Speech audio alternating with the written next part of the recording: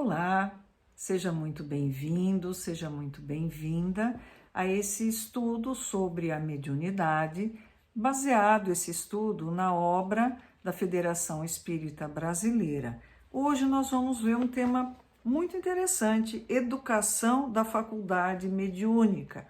A gente já viu que a faculdade mediúnica, a mediunidade, não pode ser criada onde ela não existe, mas ela pode ser educada e pode atingir níveis cada vez melhores através do estudo, do aprendizado e principalmente da prática da caridade cristã. A formação de bons médiuns espíritas necessita de esforços do médium e uma orientação doutrinária segura, além de exemplos de moralidade cristã na casa espírita. Poxa, mas para eu ser um médium desenvolvido, uma pessoa com uma mediunidade bastante ativa, não basta eu nascer com esse dom, não. Deus nos deu a oportunidade de resgate de nossos erros passados através da mediunidade. Porém, ele nos deu uma ferramenta e a gente precisa saber como utilizar essa ferramenta. Aqui nos diz estudo, esforço, orientação segura no centro espírita e bons exemplos dentro do centro espírita. É claro, se eu vou num centro espírita, onde é cobrado ingresso para cada sessão, de repente eu não tenho esse conhecimento do espiritismo e fico achando que isso é o normal, que isso é o correto. Então, se eu não tiver bons exemplos, por isso a responsabilidade de cada um que frequenta o centro espírita, ele pode estar sendo o modelo de pessoas que estão chegando a esse local. Então, nós temos muita responsabilidade. Quais são as condições básicas, então, para a educação mediúnica? Primeiro é amparo espiritual. Por quê? Quem já passou por isso vai saber exatamente o significado, o impacto que tem. Quando a mediunidade eclode, quando ela estoura com tudo, é comum o médium estar num clima psicológico de emoções contraditórias. A cabeça dá um nó. As emoções contraditórias podem produzir desconfortos físicos. Ele somatiza, ele transfere para o físico, para o corpo, toda a confusão que está na cabeça dele, que vão ser superados à medida que o médium adquire maiores esclarecimentos e controle de si mesmo. Então isso passa, aquele parece que ele está num roda-moinho. Isso vai melhorando a partir do momento que ele vai estudando e aprendendo o que é a mediunidade e como exercer a mediunidade. Nesse período, o médium precisa receber assistência espiritual na casa onde frequente. Ele vai receber diálogo fraterno, vai ser doutrinado, né? Ele vai ser um encarnado. A gente vê muito orientador, muito doutrinador falar com espíritos desencarnados, mas aqui ele vai precisar receber a mesma atenção, ser doutrinado. Passe e água fluidificada. Para quê? Para ele recuperar o seu eixo. O médium também deve participar de atividades de assistência e promoção social, palestras evangélicas, culto do evangelho no lar e hábito de oração. Repetindo, atividades de assistência e promoção social, palestras evangélicas, culto do evangelho no lar e hábito de oração. Veja que aqui eu não disse frequentar reuniões mediúnicas. Quando atingir o equilíbrio, deverá ser encaminhado ao estudo do espiritismo, curso básico, curso de mediunidade, porque o que acontece? A pessoa chega completamente abilolada no centro, perturbada, desequilibrada, e ela acha que ela vai resolver isso tudo frequentando as reuniões mediúnicas, pelo amor de Deus. Aí que está feito a grande bobagem. Por quê? Não sabe o que está fazendo. Você pega uma pessoa que nunca dirigiu, você explica para ela, aqui acelerador, aqui o freio, aqui a embreagem, solta ela, né, na Bandeirantes, na rodovia Bandeirantes, a 110 por hora.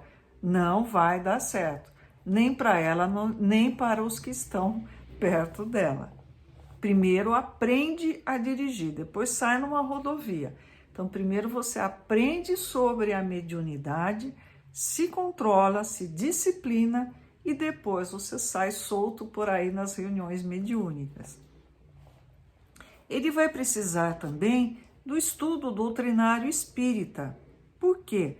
Porque o estudo espírita proporciona ao médium o conhecimento do mundo espiritual e como utilizar sua faculdade mediúnica.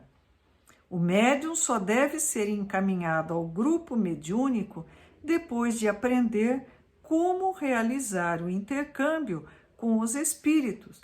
Então imagine só, você dá na minha mão aquele motorzinho de dentista e fala assim, ó, sai por aí obturando o dente. Não vai dar certo, né? A gente precisa aprender a utilizar a ferramenta.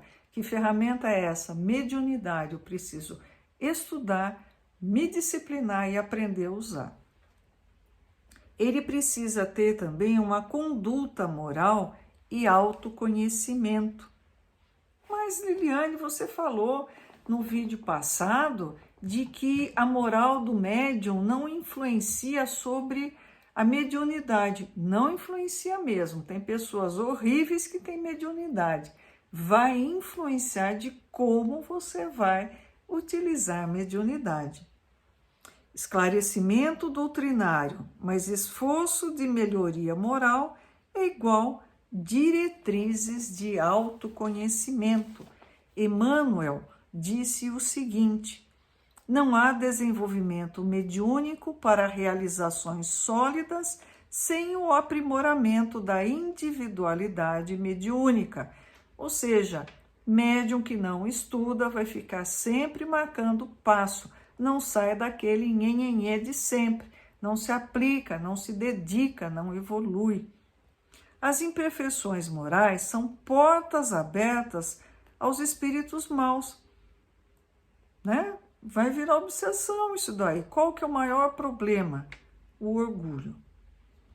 E uma outra coisa muito importante é a gratuidade da prática mediúnica. Não se pode cobrar por um serviço que é prestado por terceiros.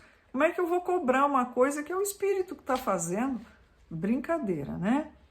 A mediunidade é uma faculdade essencialmente móvel, fugidia e variável. Então tem dia, né, na época antes da pandemia, quando eu frequentava reuniões, eu ia achar que acabou a minha mediunidade, não ouvia nada, nenhuma comunicação, 1, 2 reuniões e nada, e de repente a coisa fluía normalmente.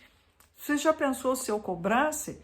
Aí você está lá na minha frente, você já me pagou, e o espírito não está aqui dizendo nada. O que eu vou fazer? Vou devolver o seu dinheiro? Aqui, ó, eu vou inventar a história. Vou dizer que, ele está falando isso. Vou fazer bobagem. Por quê? Porque ele não está aqui, ele tinha outro compromisso, e eu vou inventar, porque está com dinheiro envolvido. Entrou dinheiro, danou-se tudo. A prática mediúnica na casa espírita é um instrumento de aperfeiçoamento espiritual. Então, a gente vai melhorar bastante se propuser a estudar a mediunidade e utilizar a mediunidade em benefício dos outros. Nós estamos numa reunião mediúnica para auxiliar tanto encarnados como desencarnados, e não para que a gente receba alívio para o nosso sofrimento. Tipos de mediunidade. Tem gente que já acha que é Chico Xavier, né? Eu sou uma missionária. Que lindo! Vim aqui para ajudar as pessoas. 3 tipos de mediunidade. Provacional. tem como objetivo reparar equívocos cometidos em vidas passadas, consertar as bobagens que nós fizemos. Isso é 99% das mediunidades são desse tipo. De expiação, os médiuns são atormentados por espíritos perturbados e perturbadores. Sabe aquela figurinha? Entra a reunião, sai reunião, ela está sempre naquilo, sempre um obsessor que se comunica, sempre o mesmo obsessor. Ela é perturbada, ele persegue ela durante o sono, Deus nos acuda. Ela tem uma mediunidade para resgatar os erros cometidos no passado, para conseguir ajudar os outros? Não. A prova dela nessa existência é ser perturbada, ser alvo desses espíritos perturbadores. Então, não adianta, não vai desenvolver a mediunidade a ponto de ajudar os outros. Ela veio para ajudar a si própria e a esse espírito também que está tão ligado a ela. E, finalmente, a mediunidade de missão, que é uma conquista do médium que usa a mediunidade para fazer o bem.